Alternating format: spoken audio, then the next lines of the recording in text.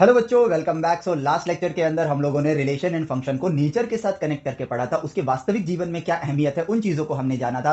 और इस लेक्चर में हम फर्दर इस रिलेशन चैप्टर को, रिलेशन एंड फंक्शन में से स्पेसिफिकली रिलेशन वाले पार्ट को नेचर से और बेहतर तरीके से कनेक्ट करेंगे और अपनी नॉलेज को एनहांस करेंगे। हमें मैथमेटिक्स को पढ़ना है ताकि हम नेचर के साथ कम्युनिकेट कर सके, और वही हमारा वे रहेगा इस चैप्टर को एक्सप्लोर करने के लिए। सिर्फ इसी चैप्टर को नहीं, हर चैप्टर जो हम मैथमेटिक्स में पढ़ने वाले हैं वहां हम उसको इस तरह से सीखने वाले हैं कि हम मैथमेटिक्स से बात करने के लिए अपने आप को सही लैंग्वेज सिखा रहे हैं। और ये जो चीजें हैं ना, एक एक जो पार्ट आता है कि relations in mathematics, but relation in real life, इन दोनों में कोई डिफरेंस नहीं है, क्योंकि आपकी मैथमेटिक्स नेचर की भाषा है और विज्ञान जो है वो रियलिटी को समझने के लिए है। तो जो मैथमेटिक्स में होता है वो रियलिटी से अलग नहीं होता है। द रिलेशन मींस दो लोगों के बीच में एक कनेक्शन या दो चीजों के बीच में एक कनेक्शन, और नेचर से कम्युनिकेट करने के लिए हम उनको नंबर्स के साथ एसोसिएट करते हैं, और उसी रिलेशन को हम लोग यहां पर फर्दर स्टडी कर रहे हैं। अब देखो, ये चैप्टर एक्चुअली में इतना आसान है ना कि मैं ये कहूं कि आप लोगों को क्या रिलेशन एंड फंक्शन का चैप्टर पहले से आता है, तो जवाब है हाँ। बस आप लोगों को ही ये बस पता नहीं है कि आपको ये बात पहले से पता है। क्यों ये डिस्टिंग्विशमेंट क्यों हो रही है? क्योंकि हम लगता है कि हम मैथमेटिक्स में रिलेशन पढ़ रहे हैं तो ये एक डिफरेंट चीज होगी, बट रियल लाइफ में जो आपके रिलेशंस होते हैं ये एग्जैक्टली वही है, इसमें कोई डिफरेंस नहीं है। तो आज के इस लेक्चर में हम लोग रिलेशन को स्टडी करेंगे और हम लोग जानेंगे टाइप्स ऑफ रिलेशन के बारे में, नेचर को ऑब्जर्व करके। यहां पर कुछ डेरिवेशन नहीं, कोई मुश्किल सी लैंग्वेज नहीं। हमने इस चैप्टर को एक्चुअली में लैंग्वेज की वजह से ये मुश्किल लगती है, जो बुक में हमारी लैंग्वेज लिखी है उसकी वजह से।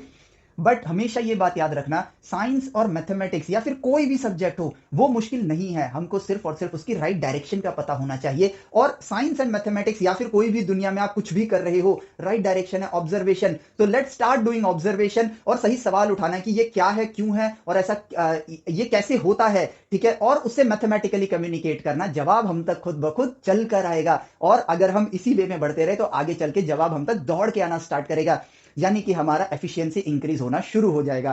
तो अब बढ़ते हैं रिलेशन की तरफ। तो देखो, रिलेशन बनाने के लिए हमें दो सेट्स की जरूरत है, मिनिमम दो सेट्स की जरूरत है। अब रिलेशन अगर दो सेट्स, अगर मैं एक एग्जांपल के फॉर्म में लेता हूं, तो मैंने यहां पर एक सेट लिया है जो कि है name of the students.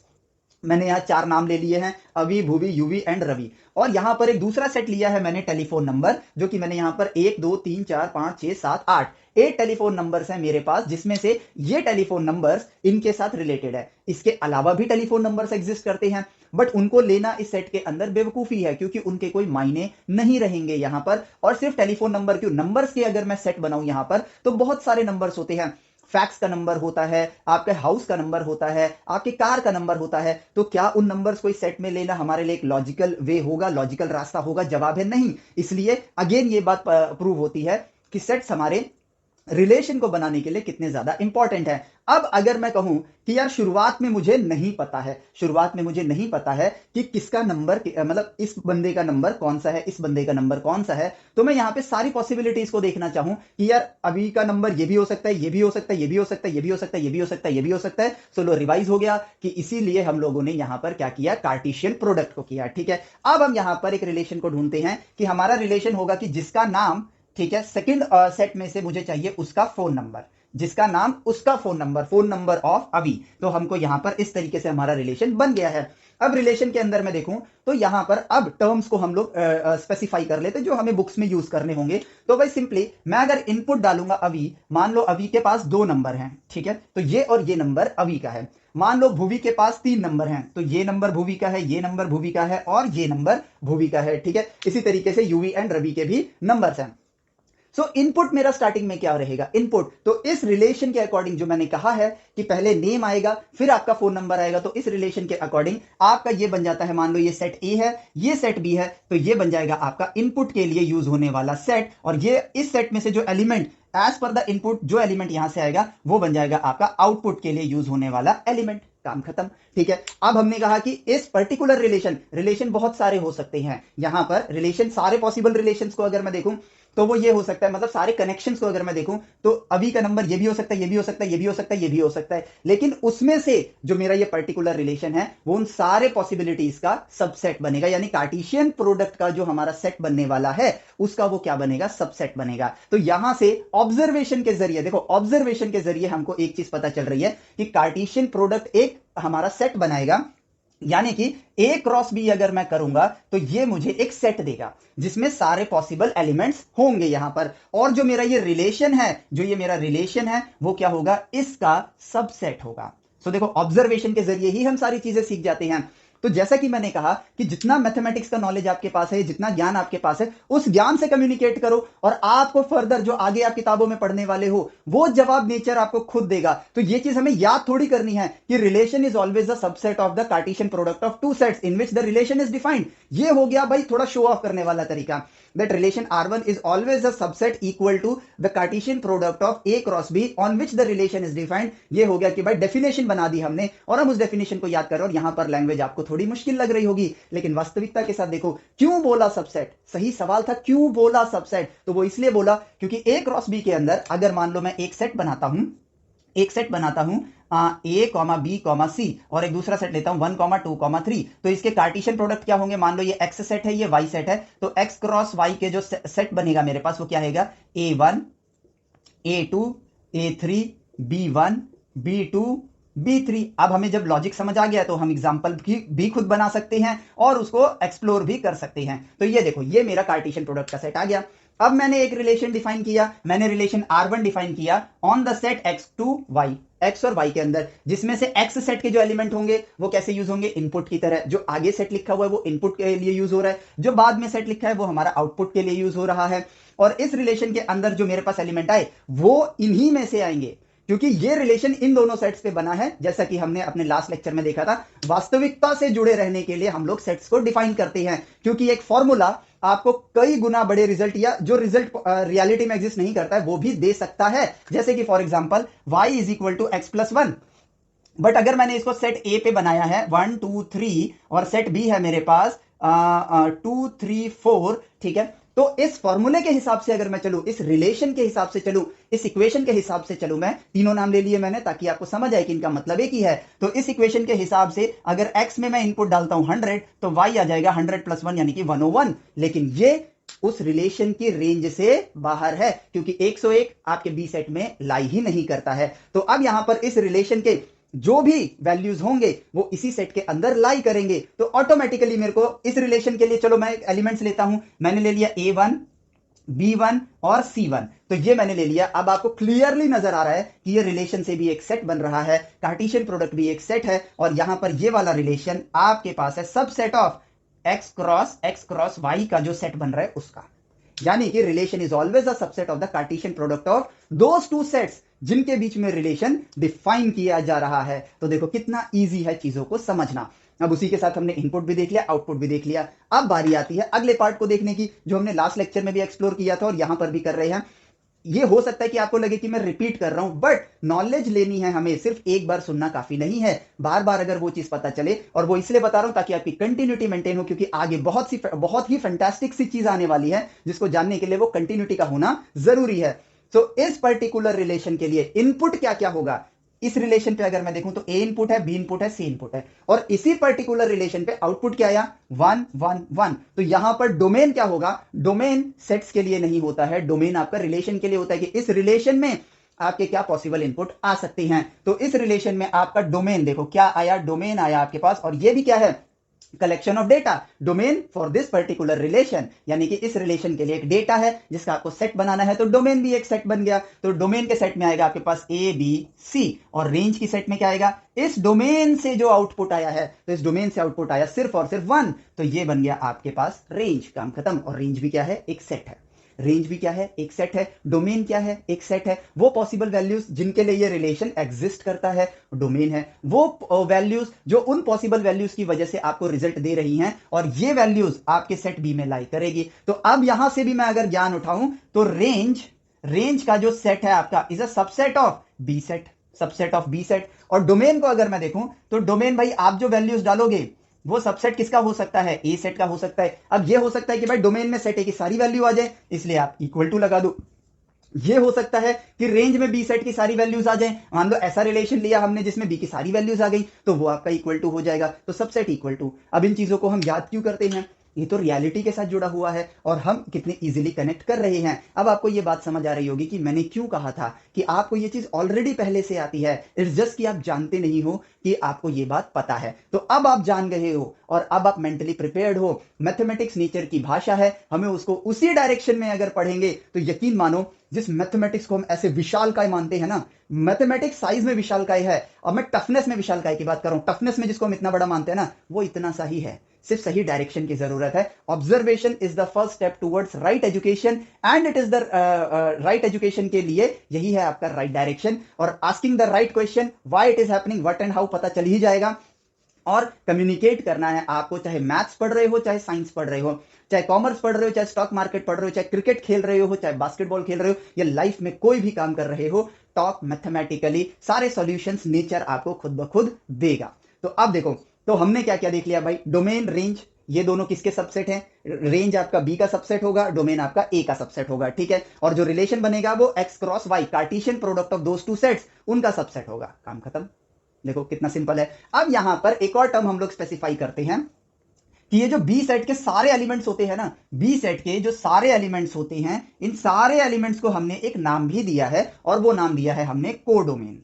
Codomain नाम दिया है। और यहां पर बस कोडोमेन का सिंपली देखो, ये एक नामकरण है, सेट्स के हम नाम दे रहे हैं। तो हमने यहां पर इसको ए सेट बोला, बी सेट बोला, और इस सेट को हमने कोडोमेन बोला है। बी सेट जो है हमारा, जो आउटपुट सेट है हमारा, इसको हमने नाम दिया है कोडोमेन, ठीक है। अब ये क्यों दिया है, इसके पीछे भी रीजन है, बट मैं ये रीजन आपको थोड़े टाइम बाद जब मैं फंक्शन पढ़ा रहा हूं तब बताऊंगा। हालांकि इसका कनेक्शन यहां पर भी है, लेकिन मैं इसको अभी इसलिए नहीं बता रहा हूं क्योंकि रिलेशन के बाद फंक्शन आने वाला है। नेक्स्ट लेक्चर में आपको पता चलेगा। और पढ़ाई का असली मकसद क्या है? सोचना सीखना। So this job is for you. कि नेक्स्ट लेक्चर में मैं बताऊं उससे पहले आप लोग सोचो कि इसका नाम कोडोमेन क्यों है। सोचो भी, ढूंढो भी, डिस्कवर करना, सोचना, यही असली डायरेक्शन है हमारी पढ़ाई की। तो ये काम आप लोगों के लिए मैंने एज अ टास्क दिया इस लेक्चर के अंदर, ठीक है।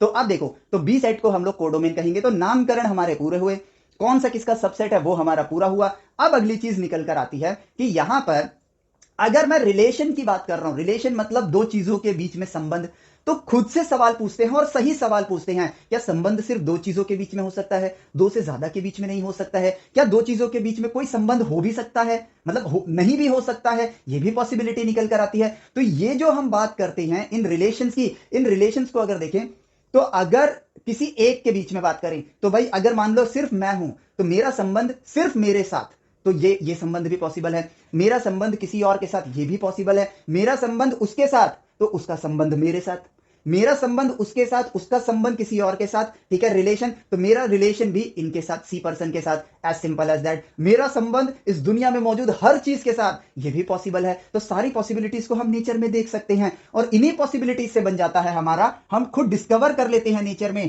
Types of relation. Types of relation, that's it, इतना सिंपल है। और अभी हम इन चीजों को देखेंगे। अब उससे पहले लेकिन हम लोग देखते हैं कि रिलेशन किस किस तरह से हमें नेचर में हम डिस्कवर करते हैं, हम देखते हैं। तो सपोज करो कि मैं बात करता हूं, एक एथलीट की बात करता हूं, ठीक है। एक एथलीट की बात करता हूं, तो यहां पर मैं कुछ कंडीशंस लेता हूं। एक एथलीट की लाइफ देखता हूं, मान लो मैं महेंद्र सिंह धोनी की लाइफ देखता हूं, ठीक है। अगर मैं कहूं कि to be a good cricketer, आपके लिए एक फैक्टर जरूरी है, फिटनेस, ठीक है। तो आप एज अ क्रिकेटर, यानी कि महेंद्र सिंह धोनी के साथ एक रिलेशन बनता है फिटनेस का, ठीक है। अब फिटनेस जो है वो आपकी एक्सरसाइज पे डिपेंडेंट है और आपके डाइट पर डिपेंडेंट है। अब एक्सरसाइज और डाइट अलग अलग चीजें हैं। तो आप अगर आप फिटनेस से रिलेट कर रहे हो, अपने आप को कनेक्ट कर रहे हो, तो फिटनेस एक्सरसाइज और फूड के साथ कनेक्टेड है। अब फूड के अंदर भी दो कनेक्शन आ जाते हैं, good food, bad food, healthy food और अनहेल्दी फूड, ठीक है। और एक्सरसाइज में भी आ जाता है राइट एक्सरसाइज, रॉन्ग एक्सरसाइज। तो कनेक्शन यहां पर डायरेक्ट भी है, इनडायरेक्ट भी है, ठीक है। तो एक चीज का कनेक्शन दूसरे के साथ हो सकता है, दूसरे का कनेक्शन तीसरे के साथ हो सकता है, ठीक है। अब महेंद्र सिंह धोनी के लिए अगर एक एक पैरामीटर आपका फिटनेस आ जाता है जिसके साथ ये डायरेक्टली कनेक्टेड है, और जो फिटनेस है उसके साथ एक्सरसाइज और फूड कनेक्टेड है, तो महेंद्र सिंह धोनी फूड और एक्सरसाइज के साथ आपके क्या कहते हैं, डायरेक्ट कनेक्टेड नहीं है।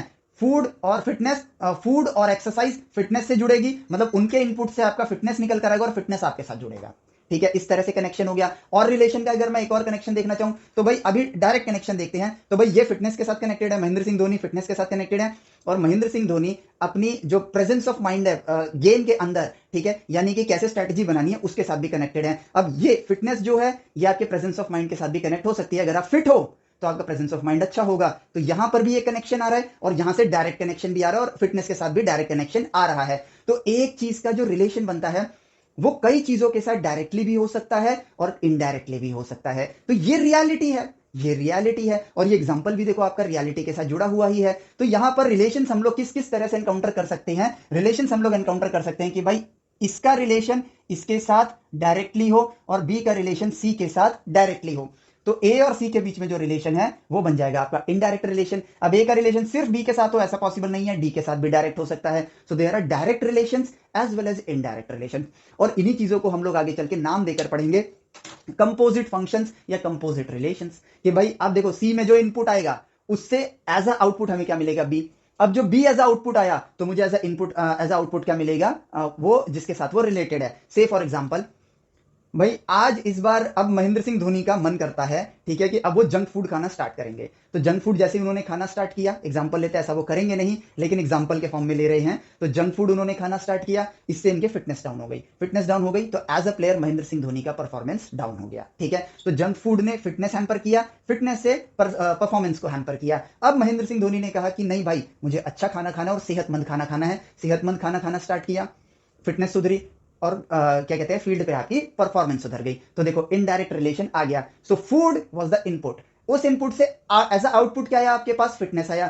फिटनेस एज अ इनपुट अब महेंद्र सिंह धोनी के लिए हो गया है। एज अ इनपुट फिटनेस अच्छी या बुरी? अच्छी फिटनेस गुड परफॉर्मेंस, बुरी फिटनेस बैड परफॉर्मेंस। तो यहां पर इनपुट आउटपुट का ही खेल है और इनके बीच में कनेक्शन है। प्रेजेंस ऑफ माइंड एक चौथा पैरामीटर ले लेते हैं जो डायरेक्टली कनेक्टेड है। भाई तबीयत खराब है लेकिन दिमाग अच्छा चल रहा है, तबीयत अच्छी है लेकिन दिमाग अच्छा चल रहा है, तबीयत अच्छी है दिमाग अच्छे से नहीं चला रही, तबीयत बुरी है दिमाग अच्छे से नहीं चला रही। तो डी के साथ वो डायरेक्टली कनेक्टेड है। तो रिलेशंस डायरेक्ट और इनडायरेक्ट ये दो टाइप के हमें यहाँ पर नेचर में देखने को मिल रहे हैं। और इन्हीं रिलेशंस को हम लोग क्यों स्टडी कर रहे हैं? ताकि हमको वो फ्लो ऑफ मैप नजर आए, हमें वो फ्लो नजर आए जिसके जरिए हम चीजों को कनेक्ट कर सकते हैं। अब जैसे हम भाई हम तो साइंस के स्टूडेंट हैं तो हम थोड़ा साइंस की दुनिया में चलते हैं, फिजिक्स की दुनिया में भी चलते हैं, हम यहाँ कनेक्शंस को देखते हैं। अब फोर्स का रिलेशन एक्सीलरेशन के साथ निकल कर आए। So being connected through a relation F is equal to ma। तो फोर्स आपका मास के साथ भी कनेक्टेड है, फोर्स आपका एक्सीलरेशन के साथ भी कनेक्टेड है। इन दोनों को एज अ इनपुट दोगे आपको एज अ आउटपुट क्या मिलेगा? फोर्स मिलेगा। As simple as that. तो देखो ये है आपका कनेक्शन,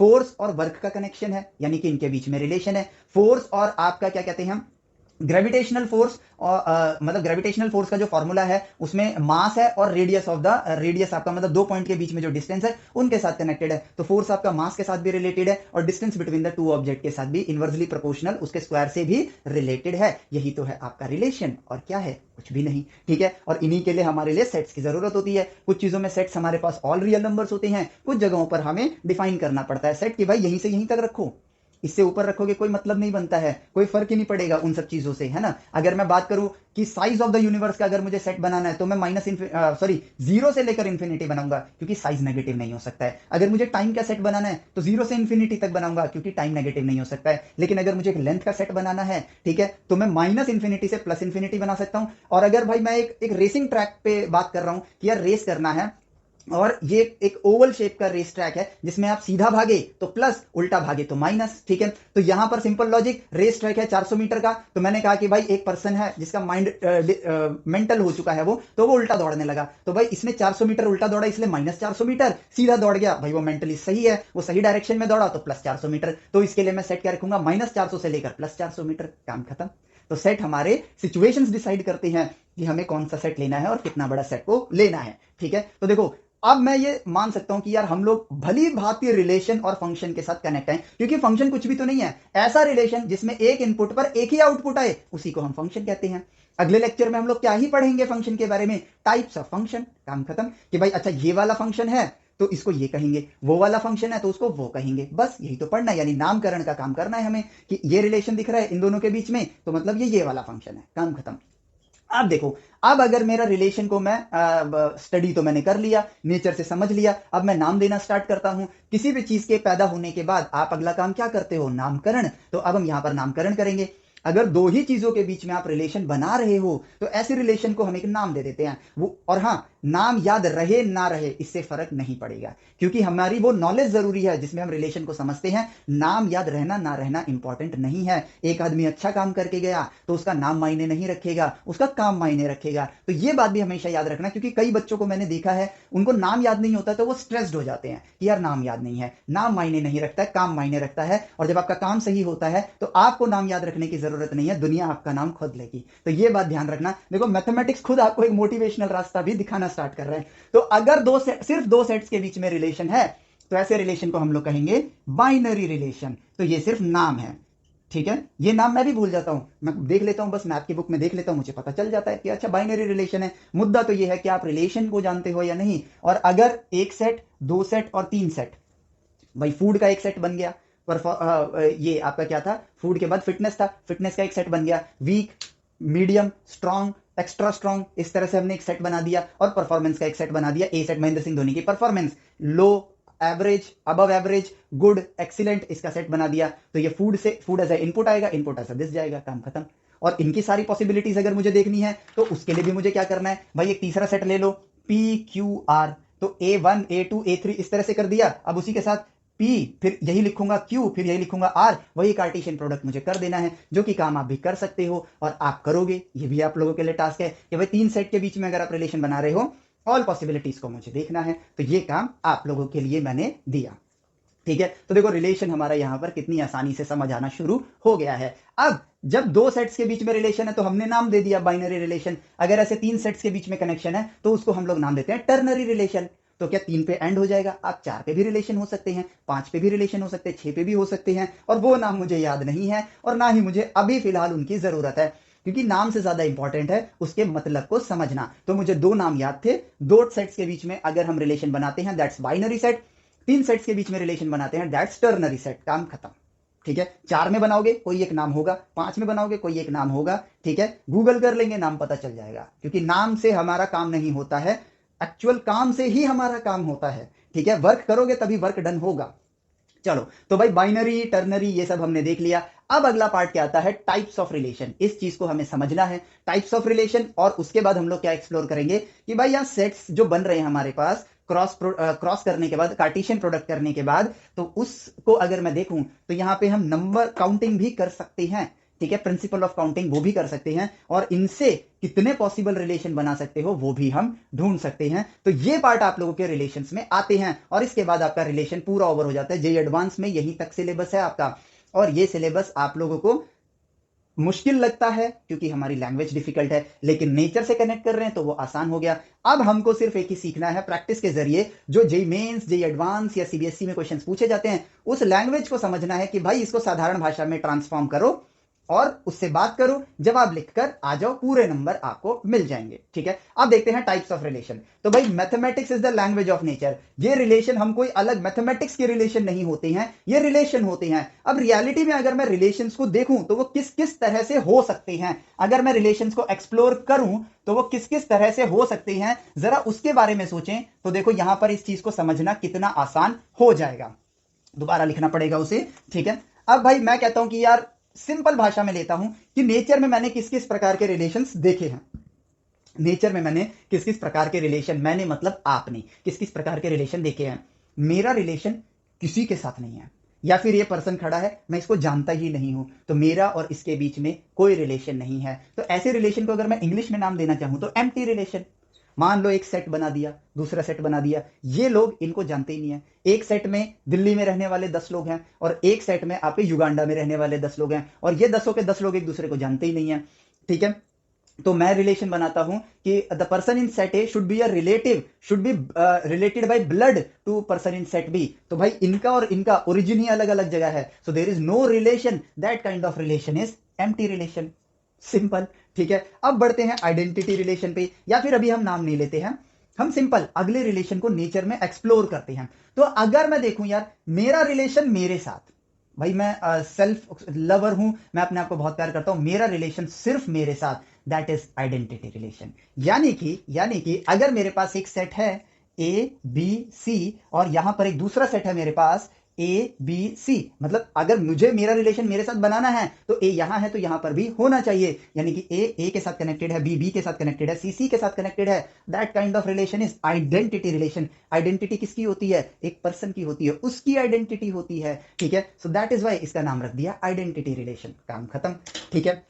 अब आते हैं रिफ्लेक्सिव रिलेशन पे। मेरा रिलेशन मेरे साथ, लेकिन इसका मतलब ये नहीं कि मैं किसी और के साथ रिलेशन नहीं बना सकता हूं। मेरा रिलेशन सिर्फ मेरे साथ यही हुआ तो आइडेंटिटी रिलेशन। लेकिन एक ऐसा रिलेशन जिसमें मेरा रिलेशन मेरे साथ तो होना चाहिए भाई, ये फिक्स है, मेरा रिलेशन किसी और के साथ भी हो सकता है, ठीक है। मान लो यहां पर डी डाल दिया, सी का रिलेशन डी के साथ कर दिया, तो इस रिलेशन में आया ए का रिलेशन ए के साथ, बी का रिलेशन बी के साथ, सी का रिलेशन सी के साथ, और सी का रिलेशन डी के साथ। तो अगर ये वाला रिलेशन है तो इस तरह के रिलेशन को हम बोलेंगे रिफ्लेक्सिव रिलेशन। रियलिटी में होता है ना, मैं अपने आप से प्यार करता हूं, गुड, मैं अपनी मम्मी से भी प्यार करता हूं, अपने पापा से भी प्यार करता हूं, तो मेरा रिलेशन मेरे साथ पॉसिबल, मेरा रिलेशन मेरे साथ पॉसिबल, मेरा रिलेशन मेरी माँ के साथ पॉसिबल, मेरा रिलेशन मेरे पिताजी के साथ पॉसिबल। तो ऐसे रिलेशन को हमने नाम दे दिया कि भाई आइडेंटिटी तो हमने यार फिक्स कर दिया है कि यार मेरा सिर्फ मेरे साथ, मेरा सिर्फ मेरे साथ, मेरा मेरे साथ भी, मेरा किसी और के साथ भी, वो बन गया मेरे पास रिफ्लेक्सिव रिलेशन, काम खत्म।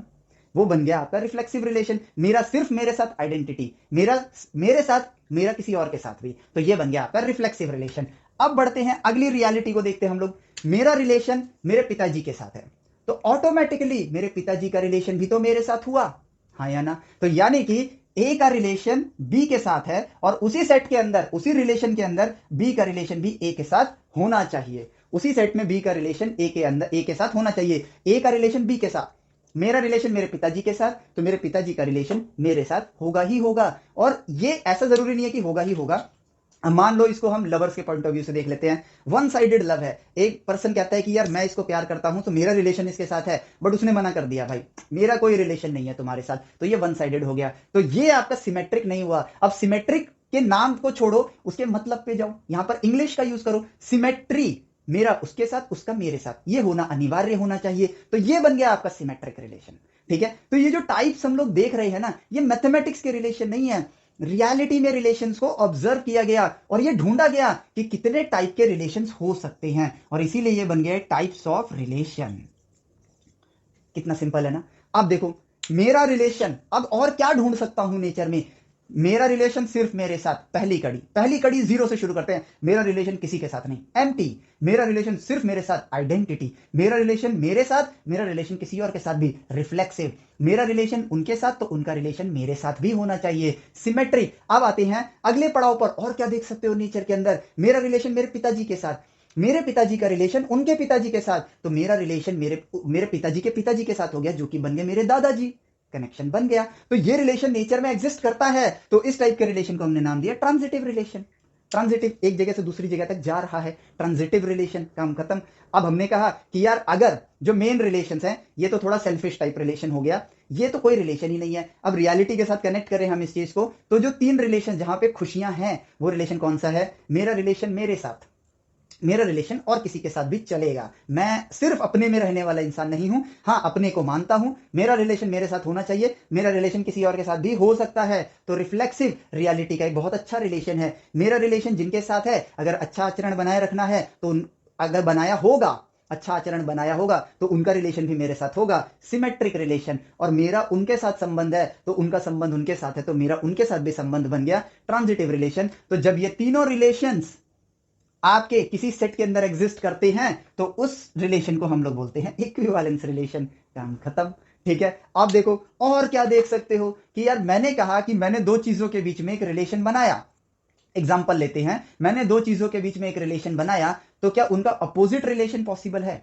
अब आप कहोगे ये तो सिमेट्रिक जैसा ही लग रहा है, लेकिन सिमेट्रिक में जो आपके इनपुट सेट हैं, उसी के अंदर वो बी पर्सन भी लाई करता है। जैसे मेरा रिलेशन मेरे पिताजी के साथ है, तो जो सेट ए है मेरे पास, इसमें मी एंड सेकंड में पापा, तो वो बी सेट में भी मी एंड पापा एग्जिस्ट करेंगे, ठीक है। तो इस तरह से हम लोग सीक्वेंस में चीजों को कनेक्ट कर रहे हैं। तो अब इनवर्स रिलेशन क्या हुआ कि यार मान लो मैंने फोर्स का रिलेशन ढूंढा, मास को कांस्टेंट लेते हैं, एक ही बॉडी है मेरे पास जो 10 किलो की है, तो इस वक्त आपका फोर्स जो होगा वो एक्सीलरेशन के साथ रिलेटेड है, ठीक है। तो force is equal to 10a के बराबर है, ठीक है, 10a के बराबर है। अब यहां पे अगर मैं देखूं, अगर मैं इस एग्जांपल को देखूं मैं, तो एक्सीलरेशन, फोर्स का रिलेशन एक्सीलरेशन के साथ है, तो अगर मैं इसका उल्टा लूं, पहले सीधे पे चलते हैं। अगर मैं एज एक्सीलरेशन इनपुट दूंगा तो मुझे आउटपुट में क्या मिलेगा, फोर्स मिलेगा। मान लो मैंने एक्सीलरेशन की वैल्यू 1 ली तो फोर्स हो जाएगा 10 न्यूटन का। एक्सीलरेशन की वैल्यू 2 ली, इनपुट 2 लिया मैंने, तो आउटपुट क्या हो जाएगा मेरे पास, 20 हो जाएगा। अब उसी रिलेशन को उल्टा कर देते हैं।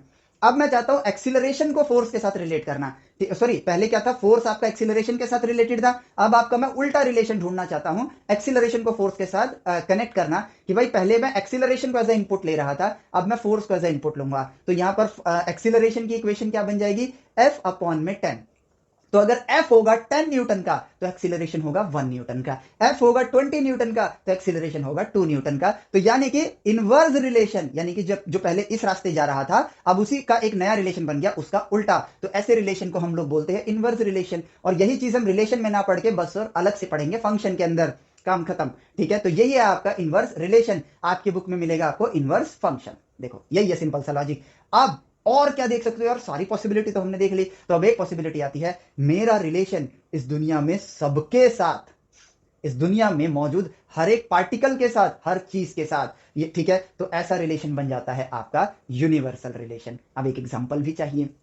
ठीक है, तो हम अपने एक यूनिवर्स डिसाइड करते हैं। पहले हमने डिसाइड किया सूरज और पृथ्वी, सूरज और पृथ्वी इन दोनों को एज अ सिस्टम हमने कंसिडर किया। इसके अंदर हम लोग एक यूनिवर्सल रिलेशन देखेंगे।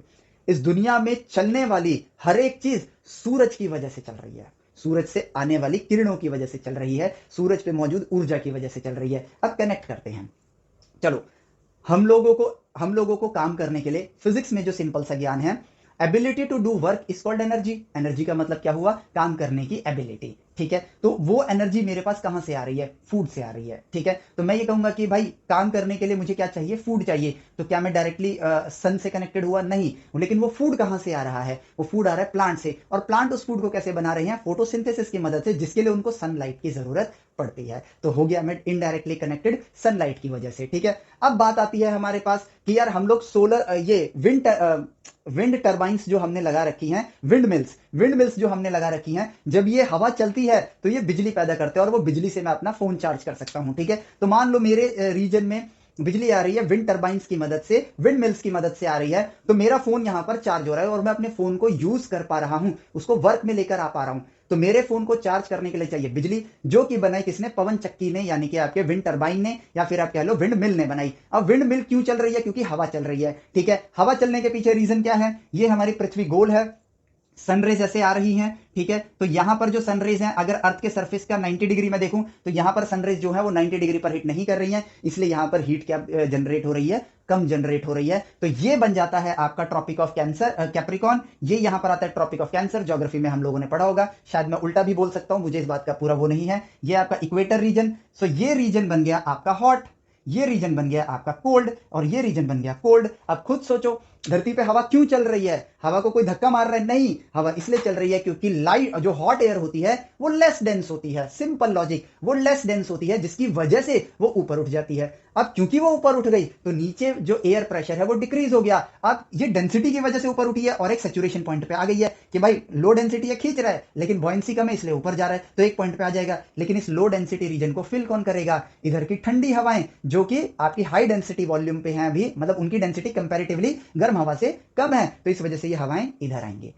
इसलिए पश्चिमी हवाएं, ठीक है, पूर्वी हवाएं, उत्तरी हवाएं, दक्षिणी हवाएं इसीलिए चलती हैं क्योंकि ये रीजन में गर्म हो गया, और जिसकी गर्मी की वजह से ये हवा ऊपर जा रही है, और यहाँ की ठंडी हवा यहाँ पर खिंचकर आ रही है, जिसकी वजह से आपके तूफान ट्रेवल करते हैं। अब एक जगह बारिश हो रही है, ठंडा हो गया, लेकिन उसके बाजू में धूप निकली हुई है, जिसकी वजह से गर्मी चल रही है, गर्म हवा है वो ऊपर उठेगी, और यहां बादलों की वजह से ठंडी हवा है, तो हवा गर्मी की तरफ जाएगी। Point to be noted, logical reason से कनेक्ट करो। मैंने कहा ना, सही सवाल, सही ऑब्जर्वेशन करोगे तो आपको समझ आएगा। तो अब आप सोचो, जो सरफेस एरिया है कंपेयर टू ओशन, देखो नेचर कितना ब्यूटीफुल है, surface area compare to ocean गर्म रहेगा, तो वहां की हवा उठेगी, तो भाप जो पानी का बन रहा है वो ओशंस में बन रहा है, क्योंकि रिवर्स में उतना पानी नहीं है पानी बहुत ज्यादा है, लेकिन इतना नहीं है कि बारिश करा सके, तो बारिश के लिए जो पानी है वो ओशंस में बन रहा है। अब क्योंकि यहाँ पे हवा गर्म है, तो ओशंस की हवाएं आपकी कहां जाती हैं, सरफेस की तरफ जाती हैं, जिसकी वजह से जो आपका क्लाउड है वो पुश होते होते कहां जाता है, आपके इस रीजन पर आ जाता है, कहां पर, लैंड एरिया पर आता है, और वहां पर फिर वो बरसना स्टार्ट हो जाता है,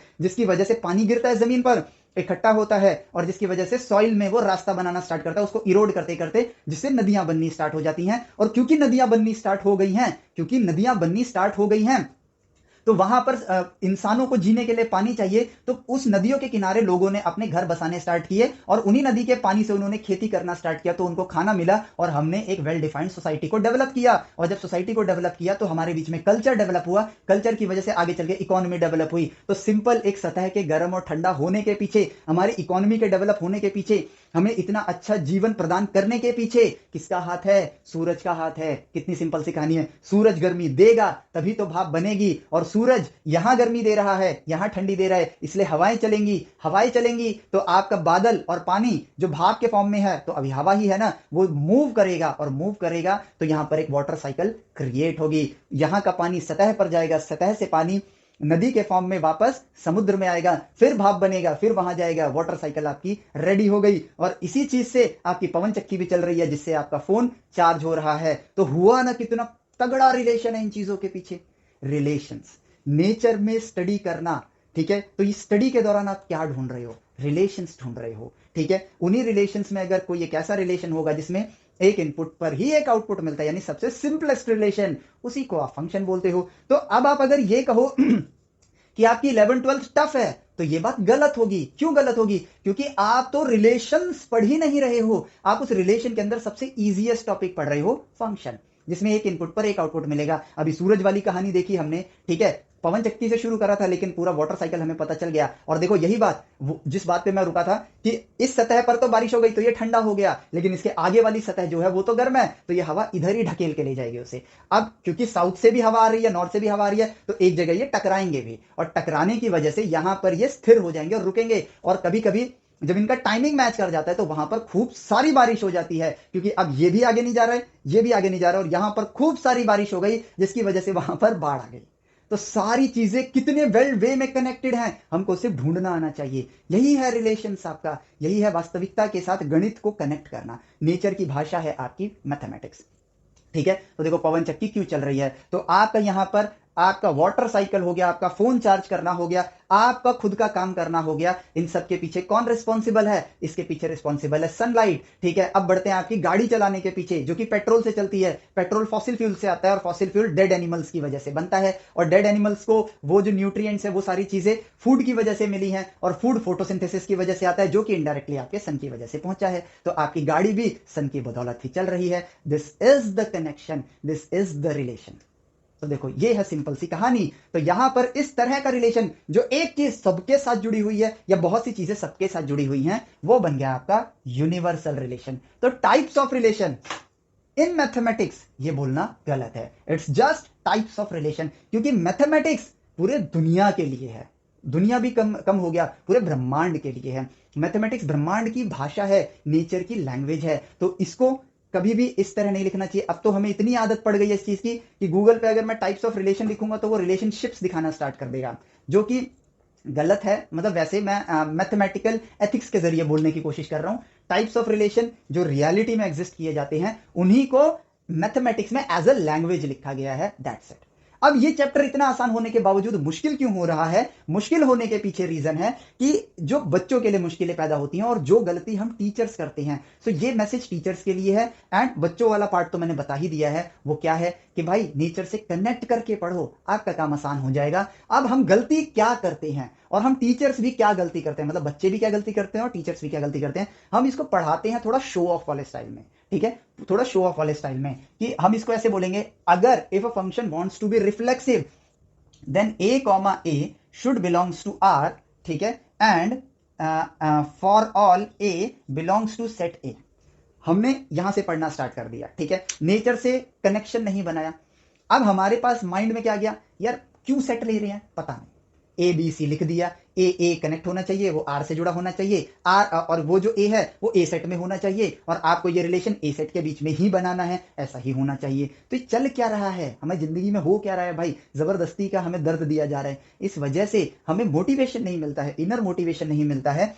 ये चीजें लिखते हैं लास्ट में, पहले समझना जरूरी है, उसके बाद तो ये खुद ही हो जाएगा ना। अब देखो ये लिखने में मुझे कोई प्रॉब्लम नहीं आई, क्योंकि अब मैं ये चीज समझता हूं कि यार ए बिलोंग करेगा रिलेशन को, ए कॉमा ए आपके रिलेशन से बिलोंग करना चाहिए, और जो ये for all elements of A, for all A जो कि सेट ए के अंदर मिलेगा। सो जब मैंने पूरे सेट्स को, रिलेशन फंक्शन को नेचर के साथ कनेक्ट करके पढ़ा, तो अब मेरे लिए ये लैंग्वेज इजी हो गई। अब सोचो कि अगर जो ये बातें हमने करी हैं सेट्स के अंदर, रिलेशन के अंदर, इन सबको हटा दें, हम सिंपल करें, sets is a collection of data, cross product is, Cartesian product is, इसको इसके साथ ऐसे ऐसे कर दो, और उसके बाद आपके भाई types of relation, empty relation, वही नल वाला रिलेशन फाई, ठीक है, identity relation, A comma A belongs to relation and all A belongs to set A, ठीक है, ओनली ए लाई करना चाहिए। तो यहां पर फिर रिफ्लेक्सिव में ए के साथ बी भी लाई कर सकता है, no problem, then it's reflexive for all A belongs to R, for all A belongs to set A, ठीक है। इस तरह से पढ़ेंगे तो क्या समझ आएगा, जो इतना चीटी जितना आसान चैप्टर है, इस तरह से अगर हम ये डेफिनेशंस के फॉर्म में पढ़ना स्टार्ट कर देते हैं, तो ये चैप्टर जिसको मात्र अगर मैं कहूं सेट्स में 3 घंटे मैंने नेचर से कम्युनिकेट कर लिया, रिलेशन में पूरा, अभी चैप्टर अभी आगे चलेगा तो मैं पूरा रिलेशन फंक्शन को मिला के मान लो 5 घंटे मैंने इसके साथ नेचर से बातें कर ली, ठीक है। एक दिन में हम इस चैप्टर को 10-10 दिन तक खींचेंगे, ठीक है, उसके बाद भी रट के आगे बढ़ेंगे, फिर क्वेश्चंस नहीं होंगे, फिर स्ट्रेस होंगे, और 2 साल बीत जाएंगे, रिलेशन के क्वेश्चंस तो होने लग गए, लेकिन रिलेशंस का मतलब पता नहीं होगा, और जब मतलब पता नहीं होगा, हम पूरे एंथुजियाज्म से इंजीनियर बनने जाएंगे, लेकिन इंजीनियरिंग में हमें वो नेचर से बात करने की भाषा तो आती ही नहीं है, हम इंजीनियरिंग बन के डिग्री लेंगे और फिर जॉब ढूंढेंगे, जॉब क्यों ढूंढेंगे, देखो ये भी एक रिलेशन है, राइट डायरेक्शन में ना पढ़ने की वजह से इंजीनियरिंग करके इंसान जॉब ढूंढता है, और जॉब में आप सिर्फ एक काम करते हो, लेकिन इंजीनियरिंग का मतलब होता है ऐसी चीजें क्रिएट करना जो इस दुनिया में एग्जिस्ट नहीं करती हैं, और ऐसी चीजें क्रिएट करने के लिए मुझे नेचर से कम्युनिकेट करना आना चाहिए, जो कि इसकी लैंग्वेज है मैथमेटिक्स। और मुझे मैथमेटिक्स एज ए लैंग्वेज तो हमने पढ़ी नहीं है, हमने एज ए डेफिनेशंस पढ़े हैं। अब क्योंकि एज ए डेफिनेशन हमने पढ़ा है, तो यहाँ इन दी एंड हमारे पास रिजल्ट क्या आएगा, हम इंजीनियर तो बनेंगे ही नहीं, हम लोग डिग्री होल्डर बनेंगे। तो राइट डायरेक्शन में पढ़ने से मैं इंजीनियर बनूंगा, यहां पर डिग्री मायने नहीं रखती है। और ये तो इतिहास गवाह है यार, सक्सेसफुल इंसान जो एक्चुअली में इंजीनियर हैं, देखो माइक्रोसॉफ्ट में काम करने वाला इंसान इंजीनियर नहीं है, माइक्रोसॉफ्ट को क्रिएट करने वाला इंसान इंजीनियर है, और जो एक्चुअली में इंजीनियर है ना, वो इस वक्त बिलियनियर है, ठीक है, वो सक्सेसफुल है। जो इंजीनियर नहीं है वो जॉब कर रहा है, वो अपनी लाइफ को ईएमआईज पे काट रहा है। इस फर्क को हमें समझना होगा। आज हमारे पास वो प्रेशर नहीं है काम करने का, अपनी लाइफ को आगे चल के सर्वाइव करने का, क्योंकि अभी टेक्निकली आप लोगों को, एज अ स्टूडेंट मैं बात कर रहा हूं, हमारे माता पिता हमारे लिए वो फंडिंग प्रोवाइड कर देते हैं, जिस वजह से हमको ये पता ही नहीं चलता है कि सर्वाइवल ऑफ द फिटेस्ट नाम की जो डार्विन सर थ्योरी देकर गए हैं, वो हमारी ही लाइफ में हमें एग्जिस्टेंस में यूज करनी पड़ेगी आफ्टर ग्रेजुएशन। और ऐसी पढ़ाई का फायदा ही क्या, जो हमारे सपनों को छोटा करे। हमारी पढ़ाई तो ऐसी होनी चाहिए ना, जो हमारे सपनों को, जो पहले बड़े थे, जब हम छोटे थे ना तो सपने बड़े थे, 12वीं पास करके सपने छोटे हो गए, तो ये पढ़ाई आपकी काम की नहीं आई, ये आपने सक्सेस अचीव नहीं करी है, आप बी ग्रेड हो गए हो। मेरे सपने बड़े थे, 12वीं के बाद मेरे सपने और बड़े हो गए, ये मेरी सक्सेस है। तो ये रास्ता हमें चुनना होगा, सही दिशा हमें चुननी होगी, और यही रिलेशन है आपकी पढ़ाई का आपके सक्सेस के साथ, रिलेशन, ठीक है, यही वो रिलेशन है जिसको आपको फॉलो करना है। सो टाइप्स ऑफ रिलेशन हम लोगों ने देख लिया, ठीक है। अब हमारी बारी है, हमारा ऑलमोस्ट रिलेशन हमारा फिनिश हो चुका है, अब हमारी बारी है थोड़ा सा और स्टडी करने की, कि भाई रिलेशन बनाने के लिए कितने प्रकार के रिलेशन नेचर में हमें मिलते हैं, वो हमने देख लिया। अब रिलेशन बनाने के लिए हम मैथमेटिकली थोड़ा सा कम्युनिकेट करते हैं कि रिलेशन को बनाने के लिए मुझे चाहिए सेट्स, मिनिमम कितने चाहिए, 2 सेट्स, ठीक है, ए सेट और बी सेट, ठीक है। अब हमारी जो गणित की किताब है उसमें हमको 12th ग्रेड में, ठीक है, इस रिफ्लेक्सिव, सिमेट्रिक, ट्रांजिटिव और इक्विवेलेंस दिया हुआ है, ठीक है। तो उसमें यहां पर एक चीज मेंशन कर दी जाती है कि ये ए सेट से ए सेट के बीच में ही आपको रिलेशन बनाना है, ठीक है। लेकिन अब being a student, being a good student, हमारा सवाल होना चाहिए व्हाई ओनली ए टू ए।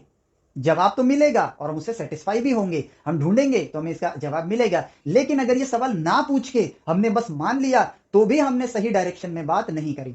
देखो कुछ रीजन रहा होगा तभी उन्होंने ए टू ए लिया है, लेकिन हमने बस अच्छा ठीक है भाई ए टू ए लेना है, काम खत्म, तो हम उस रीजन से वंचित रह गए, वो रीजन जाने बिना ही हम लोग आगे बढ़ गए, तो हम अधूरा ज्ञान लेकर आगे जा रहे हैं, हम अधूरा ज्ञान लेके आगे जा रहे हैं। इसलिए उसके साथ वो कनेक्शन बनाना जरूरी है। आपकी पढ़ाई के लिए ना, यकीन मानो, ज्यादा क्वेश्चंस करना इंपॉर्टेंट है, लेकिन उतना इंपॉर्टेंट नहीं है जितना इंपॉर्टेंट सही सवाल पूछना है। ऐसा क्यों, ये आपके लिए सबसे ज्यादा इंपॉर्टेंट है। अगर आप एक सक्सेसफुल इंसान बनना चाहते हो, इस फर्क को आपको समझना होगा। सोसाइटी में एक इमेज बनानी है या फिर पूरी दुनिया में एक नाम बनाना है। सोसाइटी में लोगों को दिखाना है कि मेरे पास एमएनसी में एक जॉब है, या फिर पूरी दुनिया के लिए कुछ ऐसा करना है कि आपकी वजह से 1000 लोग और जी सके, उनकी उम्मीदें और जागें। ये चीज आपको डिसाइड करनी है। तो रास्ता जो आप डिसाइड करोगे ना, वो आपका रास्ता डिसाइड करेगा कि आप राइट वे में जाओगे या रॉन्ग वे में जाओगे, सेल्फ डिपेंडेंट बनना है या फिर पूरी जिंदगी दूसरों पे डिपेंडेंट रहना है। ये चीज आपको आपका रास्ता डिसाइड करेगी, आपके सक्सेस का रास्ता डिसाइड करेगी। ठीक है, चलो तो अब देखते हैं कि भाई रिलेशन बनाने के लिए मुझे दो सेट्स चाहिए। तो मैंने कहा यार ए सेट और बी सेट मैं लेता हूं, ये दो सेट हैं और ये दोनों इक्वल नहीं है। ठीक है, अब मैं बात करता हूं रिफ्लेक्सिव, सिमेट्रिक, ट्रांजिटिव और इक्विवेलेंस। ये चार सेट अपने पास आएंगे जेई में भी, मेंस में भी, एडवांस में भी, सीबीएसई के अंदर भी। ठीक है, यानी बोर्ड्स के अंदर भी। लेकिन अपना काम अभी जेई मेंस और एडवांस और सीबीएसई से हटकर उस रीजन को ढूंढना है कि भाई ए टू ए। ठीक है, तो भाई रिफ्लेक्सिव सेट अगर मैं देखता हूं तो यहां पर मेरा रिलेशन मेरे साथ होना चाहिए। ठीक है, तो अगर मैं ए सेट के अंदर तीन एलिमेंट उठाता हूं, ए बी और सी। ठीक है, तो भाई बी सेट के अंदर अगर मैं देखता हूं, ठीक है, तो यहां पर अगर ए एलिमेंट है, मेरा रिलेशन मेरे साथ होना चाहिए तो ए यहां पर एग्जिस्ट करेगा। मेरा रिलेशन मेरे साथ होना चाहिए तो बी एग्जिस्ट करेगा। मेरा रिलेशन मेरे साथ होना चाहिए तो सी एग्जिस्ट करेगा। बट अब बारी आती है कि मेरा रिलेशन किसी और के साथ भी हो सकता है। तो इसी में मैं देखूं तो मुझे डी लाने की जरूरत नहीं है। मेरा रिलेशन मेरे साथ, मेरा रिलेशन मेरे साथ, मेरा रिलेशन मेरे साथ हो गया। लेकिन मेरा रिलेशन किसी और के साथ, तो उसके लिए मुझे डी लाने की जरूरत नहीं है। मतलब ला भी सकता हूं, नहीं भी ला सकता हूं। तो मेरा रिलेशन बी के साथ। ठीक है, मेरा रिलेशन किसी और के साथ, तो चलो उसके लिए मैं एक और पॉसिबिलिटी ले लेता हूं, मैं यहां पर डी भी ले आता हूं। तो क्या ये रिलेशन रिफ्लेक्सिव है? जवाब है यस, ये रिलेशन रिफ्लेक्सिव है। ए का रिलेशन ए के साथ, बी का रिलेशन बी के साथ, सी का रिलेशन सी के साथ। लेकिन यहां पर अब डी का रिलेशन डी के साथ नहीं है। ठीक है, तो पहला पॉइंट जो हम ऑब्जर्व कर पा रहे हैं, अभी मैं ये नहीं कहूंगा मिल गया रिजल्ट, ऑब्जर्वेशन करनी है और की पॉइंट्स को ढूंढना है। ठीक है, अब बारी आती है कि यहां पर अगर मैं देखूं तो यार ए तो मेरा इनपुट है, तो डी का रिलेशन डी के साथ होना जरूरी है या नहीं है मेरे हिसाब से। अब पता नहीं बुक्स में क्या लिखा है, आई डोंट नो, मैं अपनी ऑब्जर्वेशन कर रहा हूं और बाद में उसको बुक्स के साथ वेरीफाई करूंगा। तो यार अगर मैं ए को इनपुट ले रहा हूं, बी मेरा आउटपुट है, तो फर्क नहीं पड़ता कि ए में डी हो या ना हो। लेकिन अगर मुझे एक रिलेशन को रिफ्लेक्सिव बनाना है तो मेरी मिनिमम रिक्वायरमेंट क्या होगी? अगर डी नहीं होगा तो ये मेरी मिनिमम रिक्वायरमेंट हो सकती है। तो इस ऑब्जर्वेशन को देख के मैं क्या सकता हूं, A must be a subset of B and ये इस ए बी का सबसेट होना चाहिए, बी ए का सबसेट नहीं होना चाहिए। ठीक है, और या फिर ये दोनों इक्वल होने चाहिए। ठीक है, तो मिनिमम रिक्वायरमेंट में क्या है? इक्वालिटी, सबसेट नहीं। सबसेट में तो आपका डी आ गया, तो उस केस में ए सेट आपका बी सेट का सबसेट हो गया। मिनिमम रिक्वायरमेंट डी की जरूरत नहीं है, क्योंकि दूसरे के साथ रिलेशन बनाने के लिए यही एलिमेंट्स काफी हैं, यही एलिमेंट्स काफी हैं। तो यहां पर इक्वालिटी हमारी क्या हो गई? मिनिमम रिक्वायरमेंट हो गई। क्या हो गई? मिनिमम रिक्वायरमेंट हो गई। इसलिए हम ए सेट से ए सेट के बीच में रिलेशन बना के उसके अंदर रिफ्लेक्सिवनेस ढूंढ सकते हैं। काम खत्म। अब रियलिटी में देखते हैं कि भाई मैं लोगों के बीच में अपने संबंध ढूंढ रहा हूं। ठीक है, तो मैंने उन्हीं सारे लोगों का एक सेट बना लिया। मान लो मेरे ही रिश्तेदार, उनका सेट बना लिया। अब मैं इनका रिलेशन किसके साथ ढूंढूंगा? जो इस सेट में है, मैं, मेरे चाचा, मेरे मौसा। ठीक है, मान लो हम तीन लोग हैं, तो मुझे इनके साथ रिलेशन ढूंढना है। अभी तो एक सेट में खड़े हैं, तो बी सेट में भी वही बना दिया, मैं, मेरे मौसा, मेरे चाचा। ठीक है, अब रिलेशन मैं वो बन रहा हूं, मेरा रिलेशन मेरे साथ, मेरा रिलेशन चाचा के साथ, मेरा रिलेशन मौसा जी के साथ। इस तरह से मैं दिखा रहा हूं। तो ये क्या बन गया मेरे पास? रिफ्लेक्सिव रिलेशन बन गया। तो मिनिमम रिक्वायरमेंट ए और बी सेट इक्वल होने चाहिए। इसलिए हम यहां पर कहते हैं कि relation from set A to set A. ठीक है, बट ऐसा भी जरूरी नहीं है, ऐसा मेरा मानना है। हमारी 11th-12th की बुक्स में ऐसा नहीं लिखा है, वहां पे सिंपली लिखा गया है ए सेट टू ए सेट के बीच में। बट रिफ्लेक्सिव रिलेशन जो बाई ऑब्जर्वेशन मैंने ढूंढा, उसके लिए बी सेट भी हो सकता है और वहां पर आपका सबसेट होना, ए आपका बी का सबसेट होना चाहिए। ठीक है, तो अपने 11th ग्रेड में ए टू ए में ही काम, 12th ग्रेड में ए टू ए के बीच में जो रिलेशन बनाया गया उसी में काम चला लिया गया। बट इसको पत्थर की लकीर मत मान लेना कि भाई आगे चल के आप मैथमेटिक्स में ग्रेजुएशन कर रहे हो, नहीं भाई ए टू ए में ही होना चाहिए, क्या पता वहां पे ए टू बी में कर रहा हो और रिफ्लेक्सिव बता रहे हो वहां पर। पॉइंट को समझना, साइंस का मतलब चीजें याद करके उसको पत्थर की लकीर मानना नहीं है, उसको समझना इंपॉर्टेंट है। ठीक है, तो ए टू ए रिलेशन यहां पर मिनिमम रिक्वायरमेंट है, इसलिए अपन 12th ग्रेड में ये करते हैं। अब बढ़ते हैं सिमेट्रिक रिलेशन में, ए का बी के साथ रिलेशन, बी का ए के साथ रिलेशन। तो क्या वो इस मिनिमम रिक्वायरमेंट को ए टू ए में सेटिस्फाई कर रहा है?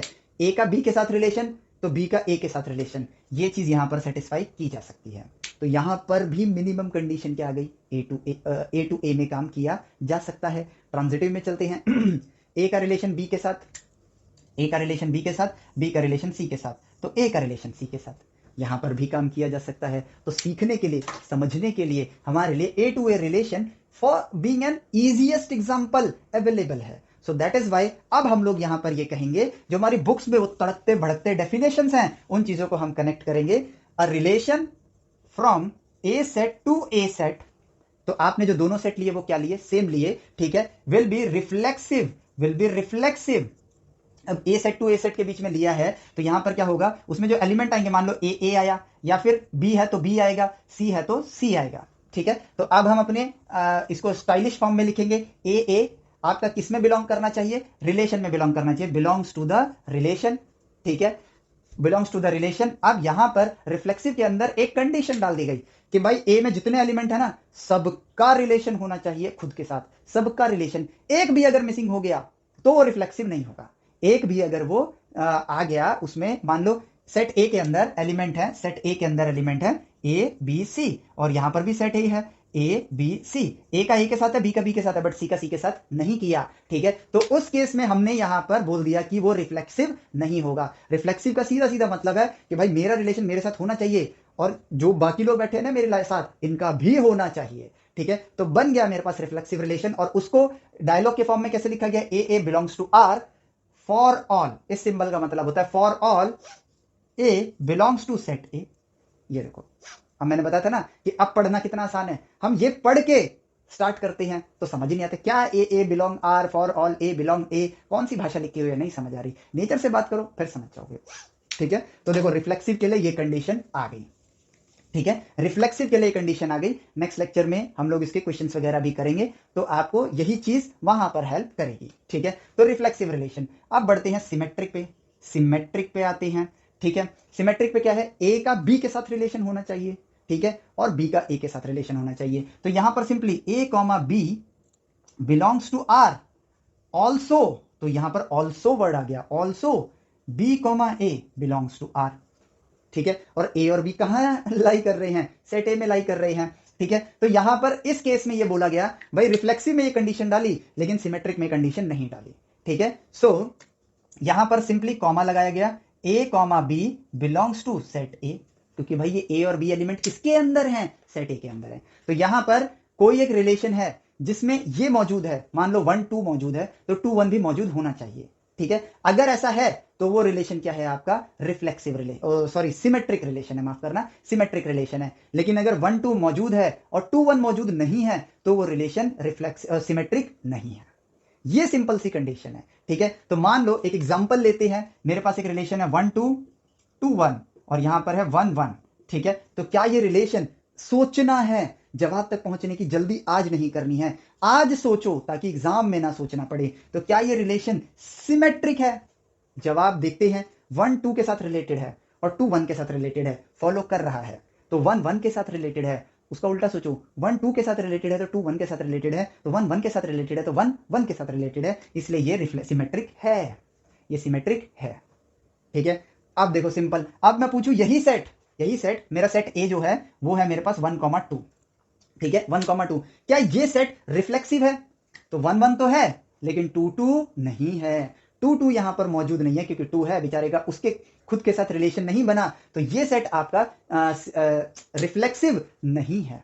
नाम में कभी कभी आगे पीछे हो जाता है, ये सेट आपका रिफ्लेक्सिव नहीं है बट सिमेट्रिक है, रिफ्लेक्सिव नहीं है बट सिमेट्रिक है। अब अगर इसी के अंदर मैं 2 2 ऐड कर दूं तो ये सेट आपका रिफ्लेक्सिव भी है सिमेट्रिक भी है, रिफ्लेक्सिव भी है सिमेट्रिक भी है, क्योंकि देखो 1 का 1 के साथ है, 2 का 2 के साथ है, अब 1 का 1 के साथ है तो 1 का 1 के साथ है, सिमेट्रिक हो गया, 2 का 2 के साथ है, अब इसको ऐसे सुनना, इस 2 का इस 2 के साथ है तो इस 2 का इस 2 के साथ भी हो गया, क्योंकि सेट्स में आप रिपीट थोड़ी करते हो, सेम चीज को एक ही बार लिखते हो, इसलिए ये आपका क्या हो गया, सिमेट्रिक भी हो गया। कितनी सिंपल सी कहानी है। अब बढ़ते हैं आपके ट्रांजिटिव पे, मेरा रिलेशन मेरे पिताजी के साथ, मेरे पिताजी का उनके पिताजी के साथ, यानी मेरा मेरे दादाजी के साथ रिलेशन है। सो इसको लिखने का मैथमेटिकल स्टाइल क्या बन जाएगा, यहां पे मैं लिखता हूं transitive, transitive A comma B belongs to R, ठीक है, and B comma C belongs to R, ये दोनों होने चाहिए। अब यहां पर आगे लगा दो इफ, ठीक है, इफ लगा दो, क्योंकि यहां पर ये फॉर ऑल के लिए नहीं है, सबके लिए सिर्फ रिफ्लेक्सिव में है, सिमेट्रिक और ट्रांजिटिव में नहीं है, तो इसके आगे भी इफ लगा दो।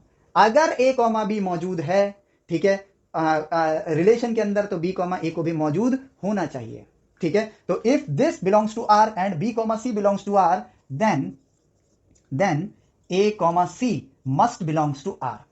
ठीक है, अब यहां पे फॉर ऑल नहीं है तो यहां पे आ जाएगा comma A comma B comma C belongs to किसमें, सेट ए में ही तो लाई करेगा। लो भाई, बन गई आपकी मैथमेटिकल लैंग्वेज।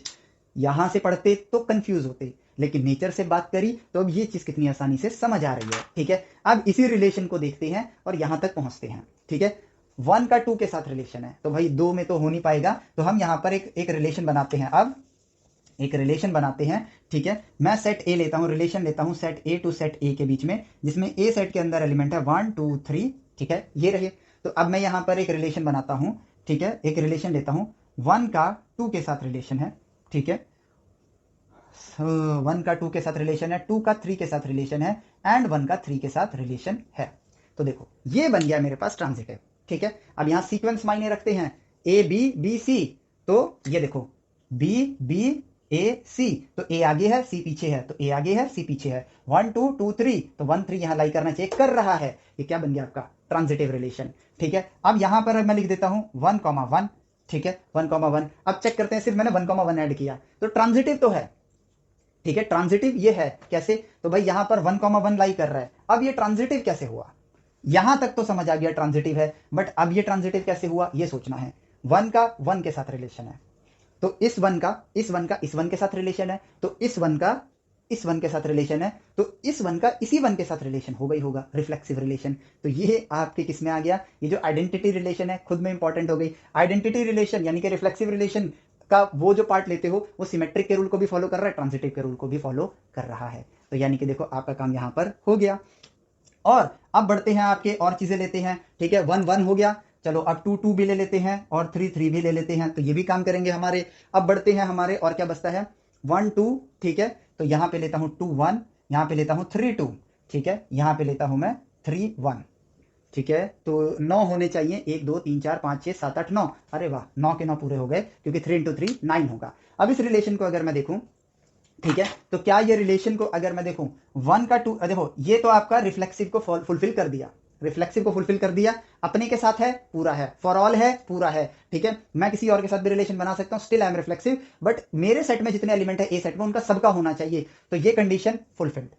ठीक है, चलो आगे बढ़ते हैं। अब यही चीज सिमेट्रिक और ट्रांजिटिव को भी फुलफिल कर देते हैं। अब बढ़ते हैं, 1 2 है, 2 3 है, तो 1 3 भी होना चाहिए। ठीक है, 2 1 है, 2 1 है यहां पर। ठीक है, 2 1 है, 2 1 और 1 का और कहां पर है, और 2 1 और 1 2। चलो पहले ये देखते हैं, सिमेट्रिक देखते हैं। 2 1 1 2 सिमेट्रिक डन, 2 3 3 2 सिमेट्रिक डन।